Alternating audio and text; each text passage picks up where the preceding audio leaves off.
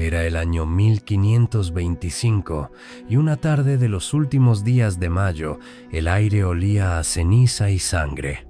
En la plaza de Mühlhausen, el predicador Thomas Müntzer, maltrecho y derrotado, esperaba su destino. Los campesinos que soñaron con justicia y libertad yacían muertos en los campos de batalla, masacrados sin piedad.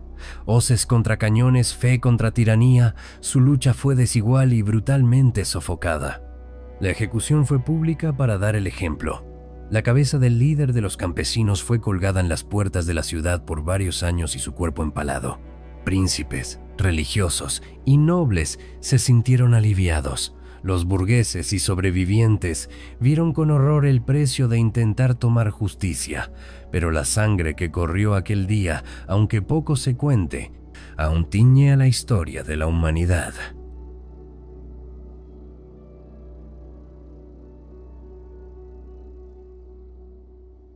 El siglo XVI fue un tiempo de profundas transformaciones, y en su epicentro se encontraba Thomas Müntzer. Desde hacía más de un siglo, el Sacro Imperio Romano Germánico era escenario de constantes revueltas, impulsadas por una razón fundamental: la extrema injusticia social. En esta vasta región, aproximadamente el 95% de la población era campesina, pero carecía casi por completo de derechos políticos. La mayoría vivía sometida a la nobleza, el clero y los monasterios, grandes terratenientes que exigían tributo sin piedad. En el sur del imperio la situación era aún más crítica.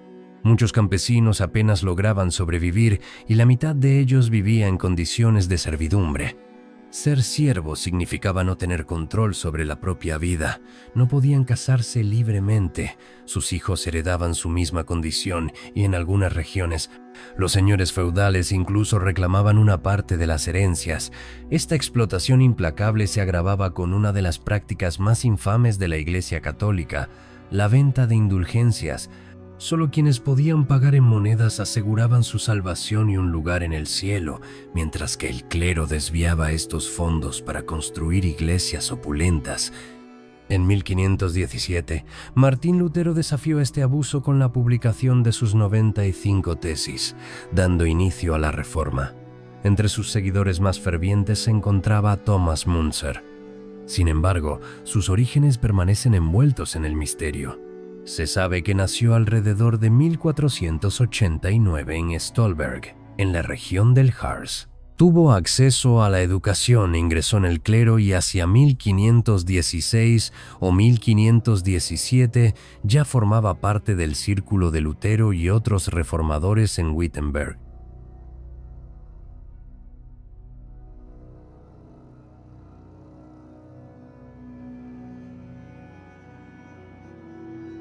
En 1520, gracias a la recomendación de Lutero, Thomas Müntzer consiguió un puesto interino como sacerdote en la iglesia de Santa María en Zwickau. Sin embargo, esa sería la última vez que Lutero le brindaría su apoyo.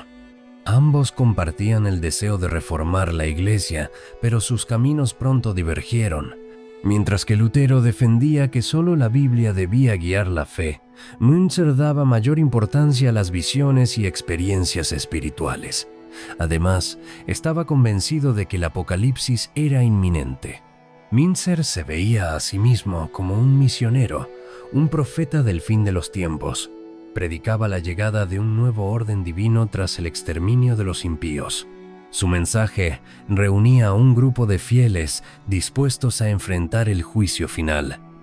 Para Müntzer, el mundo que surgiría después del apocalipsis sería una sociedad donde la fe y no el estatus social determinaría el destino de las personas. Sus ideas conmocionaron a la población, generando disturbios que lo obligaron a abandonar Zwickau. En 1523 encontró un nuevo refugio en Alstedt, una pequeña ciudad entre la Wartburg y Wittenberg. Allí, su mensaje siguió evolucionando. Mientras Lutero desafiaba la autoridad del Papa y la estructura de la Iglesia Católica, nunca cuestionó el orden social ni el poder de la nobleza. Müntzer, en cambio, iba mucho más allá. Quería transformar la sociedad desde sus cimientos. Lo que comenzó como una relación fraternal pronto se convirtió en una rivalidad feroz. Ambos eran hombres de carácter fuerte, profundamente convencidos de la verdad de sus enseñanzas. Sin embargo, desde 1522, Lutero empezó a exigir una autoridad indiscutible, algo que Münzer jamás aceptó. Las diferencias entre ambos no solo eran teológicas, sino también personales. En 1520, Lutero había pedido la abolición del celibato, pero fue Münzer quien dio el primer paso. Se casó con una exmonja y formó una familia.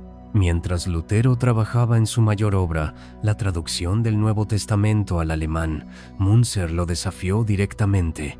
Para 1525, la Biblia de Lutero ya había vendido más de 100.000 copias. Un éxito rotundo, pero Münzer no se quedó atrás. Publicó su propia liturgia en alemán antes que Lutero, lo que desató la ira del reformador. Lutero, acostumbrado a dominar la escena pública, no soportó la competencia. Münzer fue aún más lejos. Se convirtió en el primer sacerdote en celebrar toda la misa en alemán, traduciendo incluso los cantos para que todos pudieran participar.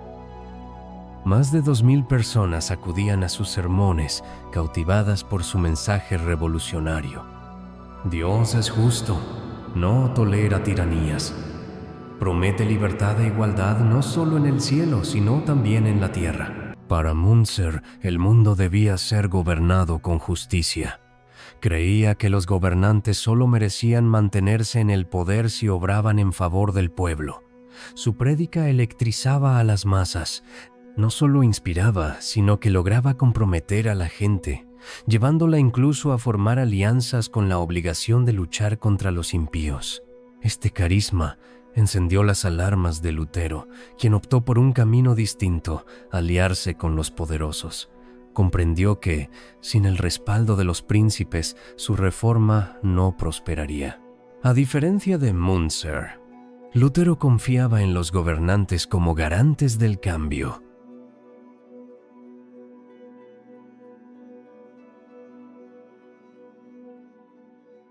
Thomas Münzer no temía enfrentarse a los poderosos. Antes de dar el paso definitivo hacia la revuelta, hizo un último intento por atraer a los príncipes a su causa. El 13 de julio de 1524, pronunció el sermón a los príncipes, un discurso que quedaría grabado en la historia. Fieles príncipes de Sajonia, su poder en la tierra se lo deben a nuestro Señor en el cielo. Él les dio la espada para imponer justicia. Es su deber divino. Pero ay de ustedes si se oponen a la voluntad del Todopoderoso. Él les arrebatará la espada y la pondrá en manos del pueblo. Pero su llamado no encontró eco. Los príncipes no solo rechazaron su mensaje, sino que se sintieron amenazados, detestaban su tono desafiante y veían en él a un agitador peligroso. Sus sospechas se reforzaron cuando recordaron las palabras de Lutero, quien lo había calificado como el Satán de Alstedt. Desde ese momento, Münzer quedó bajo estricta vigilancia. Al darse cuenta de que no podía contar con los gobernantes, Münzer se entregó por completo a la causa campesina. Ya han cargado con su cruz demasiado tiempo. Si los príncipes no imponen justicia, tomaremos nuestro destino en nuestras manos. Estaba dispuesto a todo para imponer su reforma, incluso a la violencia. Según su visión, primero debían actuar los gobernantes, pero si estos fallaban, el pueblo tenía la obligación de tomar el relevo. Para Münzer, la lucha contra la impiedad justificaba el uso de la fuerza. Mientras Münzer abandonaba Alstedt en el verano de 1524, en el sur de Alemania estallaba la Guerra de los Campesinos, la primera revolución en suelo alemán. La chispa fue un nuevo impuesto. El diezmo, que hasta entonces solo afectaba a los cultivos, se amplió al ganado. Para los campesinos, esto fue la gota que colmó el vaso. Lo que comenzó como un alzamiento por justicia se convirtió en una violenta insurrección. Las Bauernhaufen, hordas campesinas, tomaron castillos, saquearon monasterios y destruyeron propiedades nobles. En algunos lugares, los campesinos se vengaron con brutalidad de siglos de opresión. Pero Lutero no apoyó su causa. Por el contrario, condenó la revuelta como una obra del diablo y exhortó a los príncipes a aplastar a los insurgentes sin piedad. La rebelión se extendió hasta Turingia, donde Münzer se trasladó a la ciudad de Mühlhausen y asumió el liderazgo de los rebeldes. Estaba convencido de que había llegado el momento de ejecutar el juicio divino. Se veía a sí mismo como un profeta elegido, un nuevo Elías, que recibía revelaciones directas de Dios para guiar a su época. Esta creencia en su destino sagrado se reflejaba en su símbolo, un estandarte con un arco iris, señal del pacto de Dios con su pueblo.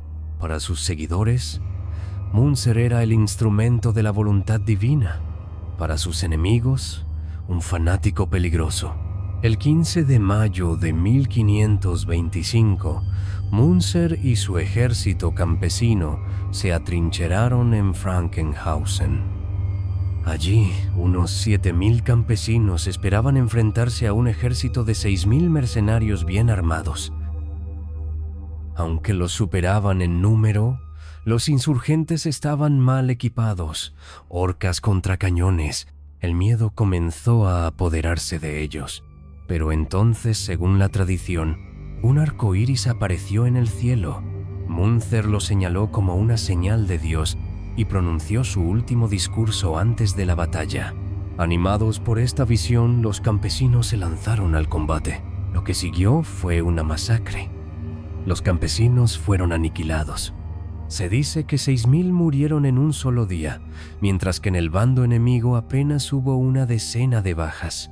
Münzer, el hombre que soñó con un nuevo orden divino, terminó capturado, torturado durante 2 semanas y finalmente decapitado públicamente. Murió a los 36 años sin renunciar a sus creencias.